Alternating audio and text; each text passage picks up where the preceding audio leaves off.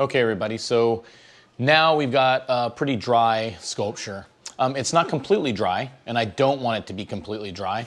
And I'm not sure if you can tell here, but on this little small part here on this gear, try and see if we can get that on the top view camera, you can kind of see how there's a little bit of white cloudiness that's starting to show up. This is going to show up even on a brown clay, all right?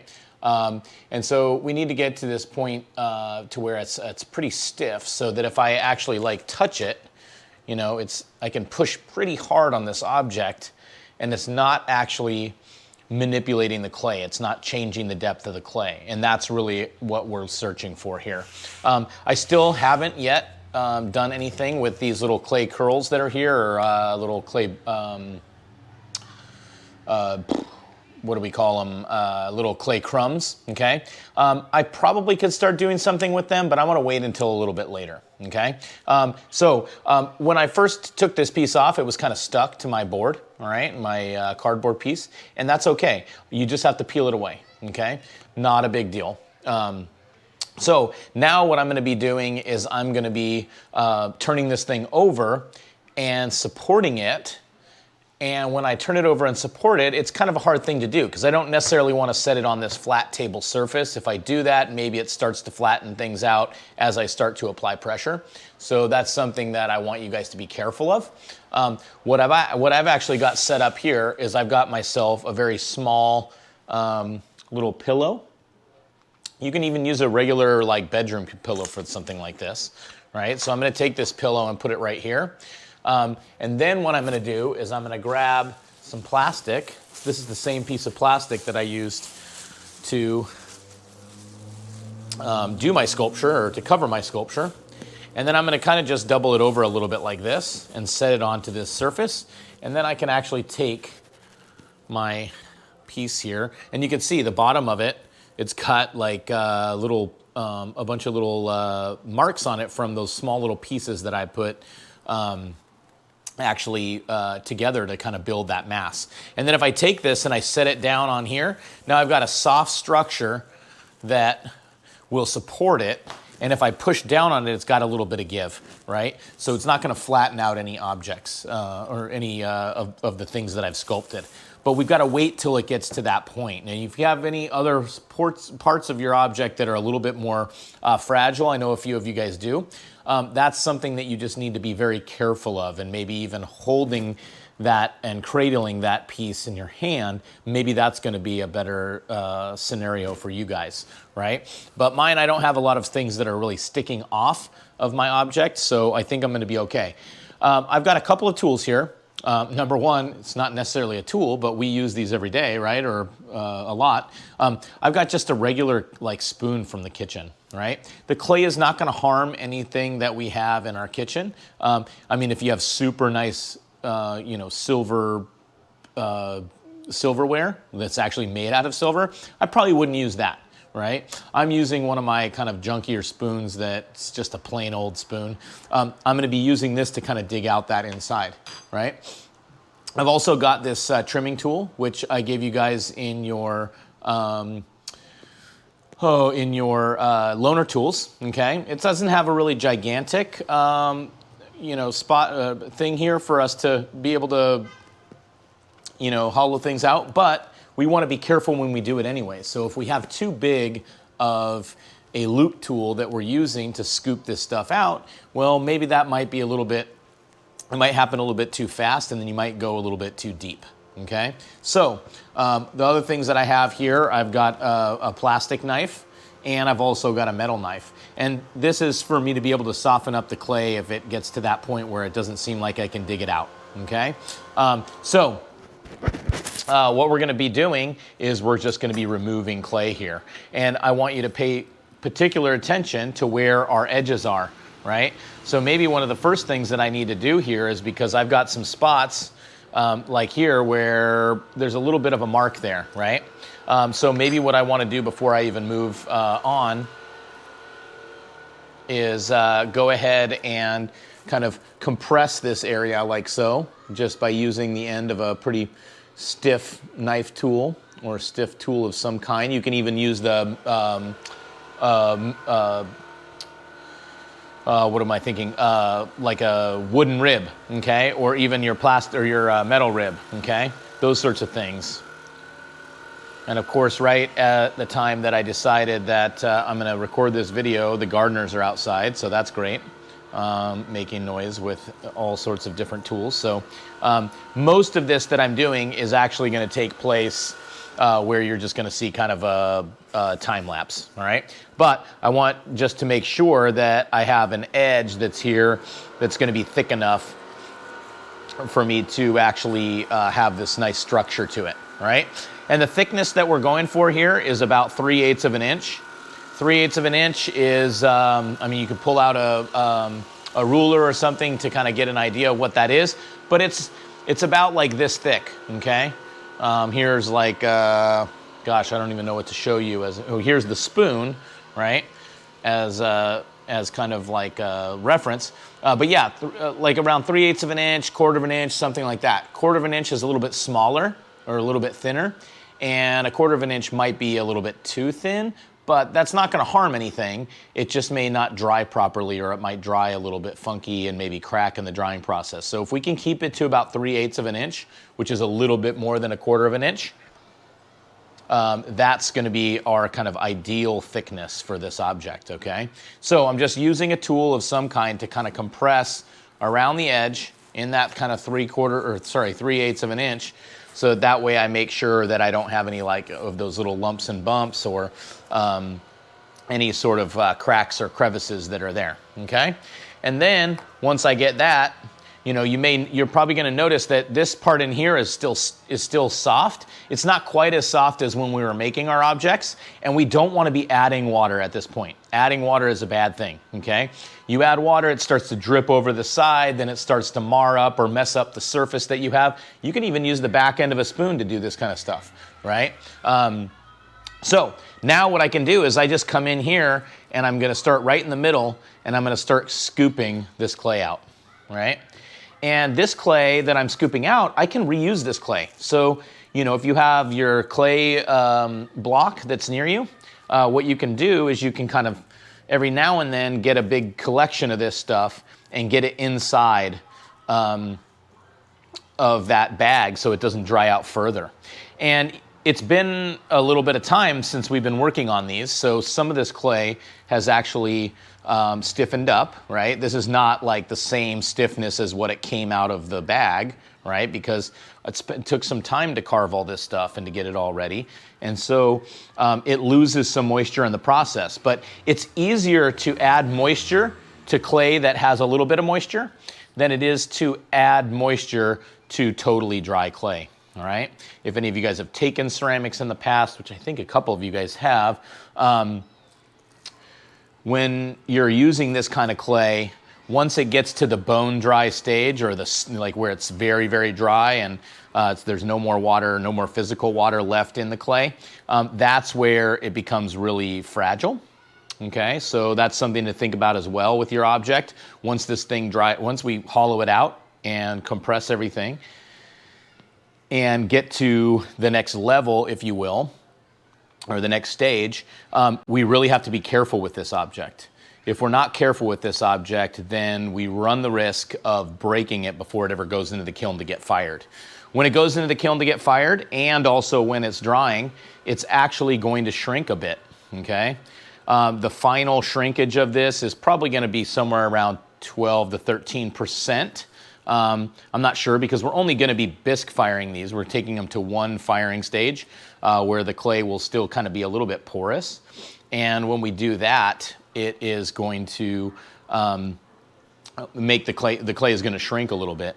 If it were to go further into the firing process that we would use this kind of clay for, like say if we were making pottery or if we were making a ceramic sculpture that we're going to glaze or something like that, then we would take it to a higher firing temperature where it would finish shrinking a little. It would shrink a little bit more, okay? So you can see I'm starting to hollow this out. I'm also taking note and thinking about what the inside shape of my piece is, okay? The outside shape of this, what's underneath there, right? Because I want to make sure I don't go too far. If I go too far, that's going to be really difficult for me to fix, all right? So And sometimes maybe some of you guys want to go in here, and potentially like measure where 3/8 of an inch is here, and maybe give yourself kind of a line around the edge, like so. That's about 3/8 of an inch, okay? Notice that I'm holding my finger on the side here, so that way I get it to 3/8 of an inch. Having trouble figuring this part out here. Let's see. Yeah, there we go.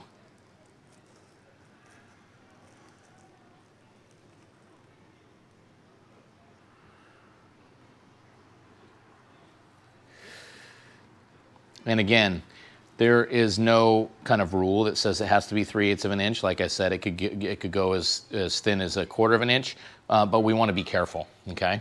If we make it too thin, that could be a problem, all right? So we're just going to kind of use that as a guideline here. And I'm going to start to I'm not going deep, really deep right here. I know that here's another thing that we can use those proportions of the face for, right? Is that I know that halfway between my chin and the top of my head, that's where the eyes are going to be, right? The nose is going to be below that. So I know my tallest area or my thickest area is going to be right about here. And so that's where I'm going to want to dig the deepest, okay? So it just all depends on how your project came out, right? Some people's projects are different than others. And so you're going to remove this material, and you're going to remove it to where you need to remove it so that we have a nice thinner piece of a sculpture that's hollowed out. Because here's the thing about this kind of clay too, is if we were to try and fire it in this stage where it's completely solid, it will just break in the kiln. Okay, it will crack and it will break and it will maybe not even survive the firing, right? When we were putting these things together and building the base, when you saw me do it, I was just taking small pieces of clay and just smashing them together, right? And when I was doing that, you can even see it, like right here, there's a little bit of an air pocket. Anywhere where there's a little bit of an air pocket, that's a vulnerable spot for a clay. As it shrinks in the kiln, it will compress that air right there, right? And also with a thick object or a really thick object, once this comes up to over 212 degrees, the physical water that's still inside of there, because there's still some in there from the air, that can actually start to boil. And when it boils, it releases steam. And when that steam releases, it causes pressure. And that pressure buildup can cause things to explode as well. So you can see that I can use this spoon as a really, really handy tool. I've done this before with bigger loop tools. And now that I'm at home and I don't have that bigger loop tool, I actually like using the spoon quite a bit better because it allows me to kind of go like this, right? It's not actually cutting into the clay, which I kind of like. Whereas loop tools, they tend to do that, okay? A loop tool is like that small trimming tool that we have, right? We'll eventually get to doing this once we get a little bit further, but we're gonna kind of get the large work done with this, all right? So I'm gonna switch over to a time lapse just so you don't have to sit here and watch me, for an hour or more potentially going through hollowing this piece out. But hopefully that makes kind of sense to you. And we want to kind of get this hollowed out as much as we can. And then once we get to a certain point, I'm going to show you guys how to compress the clay, kind of like what we did to this edge, to kind of strengthen the clay and make sure that it stays together really well and doesn't warp and all those sorts of things. There's so many different problems that can happen in ceramics, and I want you guys to understand how we can potentially counteract those issues.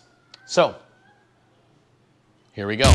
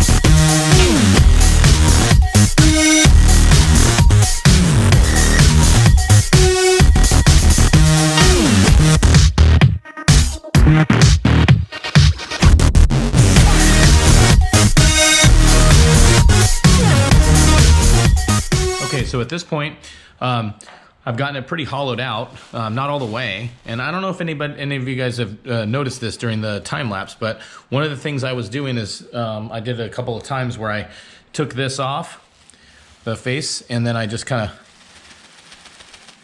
took my plastic and kind of shook the plastic off a little bit, because there's these little crumbs that are here. Now, these crumbs are not little, they're not so dry that they're gonna create silica dust at this point, because they still have moisture in them. And then just now, I just took all those little bits over to the side where I have my pile of clay, and I'm just kind of pouring them out a little bit. I did that a couple of times as well, just to kind of get it out of there. And I'm not quite done yet, right? Still not finished, but you can see kind of how things are going, right?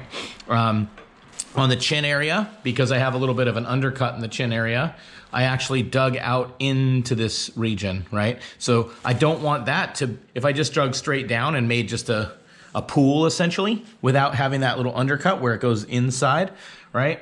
Then this port right here is gonna be over 1 inch thick, right? We don't want that to happen. We don't wanna have sections of our object that are over 1 inch thick, or even or even at a 1/2 inch thick, right? We want to get them thinner than that. 1/2 inch is too thick. And so one thing that I can do here as well is I can kind of use my fingers and feel where it feels thick or thin. And I want you guys to get kind of used to feeling for that. So I can tell that right about here in the forehead, I could probably go down a little bit lower. So now I could come here and I can actually just, you know, hold it up a little bit where it is that I'm hollowing that portion out.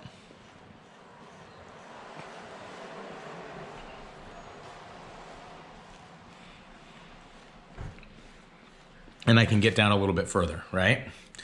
The nose area, I've started to go down into the nose region here as well. Not sure if you guys saw this. Also, while I was doing this, I kind of marked out where the brow was. I can just kind of, you know, tilt that this way, and I can see where the brow lies, right? And I know that that brow area is really kind of on the thicker side, and the eye areas are quite a bit thinner. And then we've got that nose section here. So now I can start actually going a bit deeper here into the nose area. And I made that mark down here. This is where the nose actually is. So I want to be careful about that, and I want to make sure I go inward, right? So we can have some thicker and thinner spots, but we don't want it to be massively different. We don't want spots to have a 3/8 of an inch thick, and then other spots to be a 1/2 inch thick, and then other spots to be 1/4 inch thick. That's getting a little bit too risky into the depth of this and how thick it is, because when there's really massive changes in thickness like that, that's when we start to run into problems in not just the drying process, but also in the firing process, okay? So at this point, I can just kind of take it over and dump it out. I'm gonna take a look here. Yeah, that actually looks pretty good. I can probably go a bit thinner here. That's kind of the beginning part of the nose. So we're kind of making almost what a mold would look like, essentially, for me to be able to, if I poured something in here, then it would show the positive, essentially, of the nose. Right now I'm kind of digging out that negative area, that negative space of where the nose would be. And it doesn't have to be perfect. You don't have to make it look perfect, but we do want to get a thinness in there, right? So it's not too thick. We don't want to have massively thick parts, massively thin parts, big changes in the thickness and thinness of the object. Those are the kind of things we want to look out for, okay? So I'm going to continue on with this, get it a little bit further along, and then once I get it all finished, then I'm going to show you guys how we can kind of compress a little bit. But for now, I'm not going to videotape this next part because you've kind of seen it happen. You understand I've used the spoon or a bigger scoop to begin the process, and now I've kind of moved myself down to using that smaller tool to be able to pull things off. And then I could go back to the spoon if I wanted to, all right? That's not anything that there's no real rules on when to use the spoon and when to use the loop tool or the trim tool to get in here, right? It just all depends on what it is that you want to do. But I will say that, this trimming tool allows me to be more precise with what I'm taking off, whereas the spoon is basically taking off large amounts, and I can be less specific essentially. But then also the spoon has its positives as well. Like I could go like this and dump this stuff out, come back to this, and maybe I can use the spoon to come in here and kind of get rid of some of these tooling marks. Not that that's important, but it in these smaller areas like this, I can actually use the spoon to do that. It also has a roundness to it rather than the sharpness, right, that the trimming tool does. And so I can kind of smooth things out a little bit. And again, that's not super duper important, but what it will do is it will allow for it to just look a little bit cleaner on the underside and have a little bit more craftsmanship to it, okay? So I'm gonna continue to do this. I need to go quite a bit lower for this portion of the nose. I can kind of get in here and it's really hard for me to feel, right? But I can tell, because I know that that's about right at the right thickness, and this part of the nose right here is gonna go quite deep, right? So I just wanna be careful because I don't wanna go through. And it's not the end of the world if you go through. If you do end up going through, you can add a little bit more clay, but you're gonna have to scratch and slip, let that stiffen up, and then go back and model it and smooth it out and bring it back to life. If you have anything like that happen and you have any questions about how to kind of fix that, maybe we can get on a Zoom call together during my office hours, and I can take a look at what it is that you're doing, and we can kind of figure out how we can correct it, okay? The other thing we don't want to do is apply too much pressure to any part of this while we're doing this. If we're applying too much pressure, like if I'm not supporting it like this and I'm kind of scooping here after it's become a thin wall, then maybe what I'm doing is I'm applying too much pressure and it's gonna wanna break, okay? Because at this stage, this is about leather hard, almost leather hard, I would say. No, it's definitely leather hard. And with it being leather hard, it's also, it has a lot of structure to it, it has a lot of strength to it, but if I push too hard, I can actually cause it to break. It's not gonna bend like it would in the cheese hard or the wet clay stage. So we have to be kind of careful with that, all right? I'm gonna continue on and then we'll come back near the end so I can show you how to compress. Okay, so I've come to a point where I'm pretty much done hollowing the thing out. It doesn't have to be perfect. You can see there's some tooling marks that are in there. There's some thick spots, some thin spots in places, but that's okay. All right. What you want to do at this point is take something that's kind of hard, and you're not pressing super hard on it, but we're just pushing down a little bit like this. This is called compression. All right.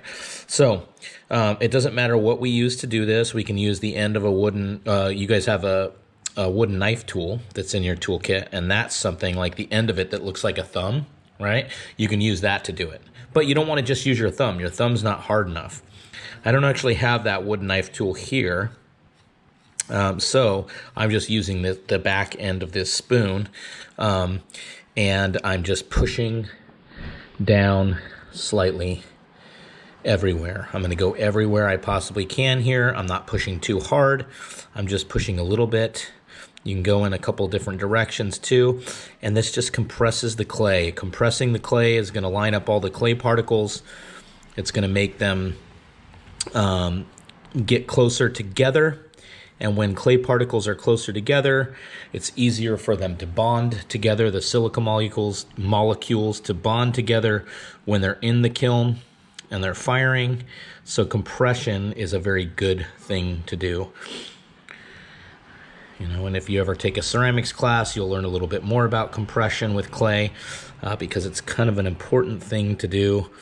And you want to kind of get in every little nook and cranny that you can, and then you will be essentially finished with this portion of the project, and you'll be able to kind of turn it over to the front side. And as you can see, I've retained all of the things that I've done to this piece, right?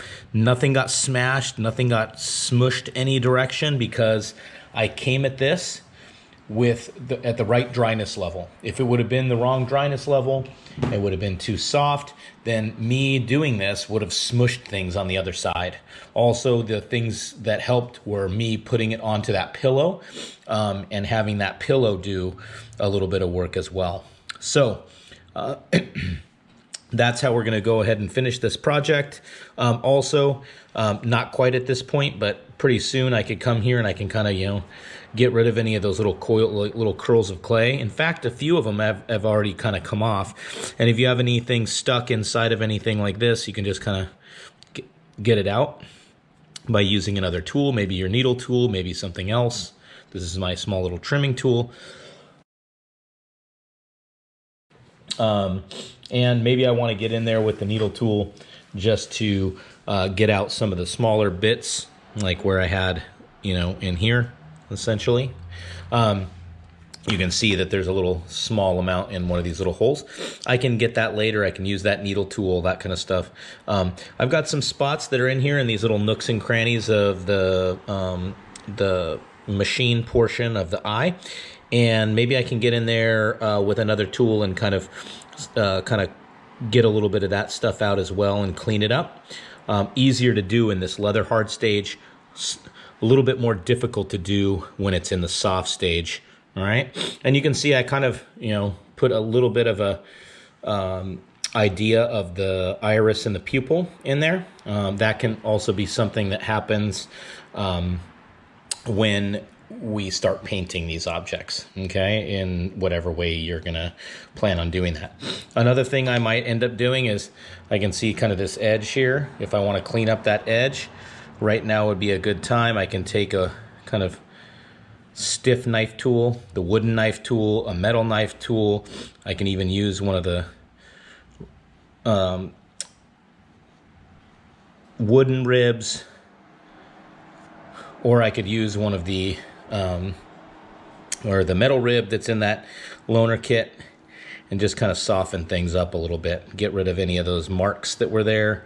This is what craftsmanship is all about, coming back to those areas where I couldn't quite see underneath the chin, right? It was kind of stuck down to the board, and now I can come in here and I can smooth that, and at the same time I'm compressing and making this object stronger, right?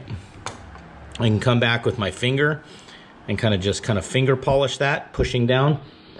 If my finger's not sliding too much, I just give it a little bit of moisture. I just used my, put my finger to my tongue so I could start moving this stuff around, because the clay is still a tiny amount malleable, and if we add just a little bit of water, we can start to smooth things out a little bit more and start to make a little bit, give some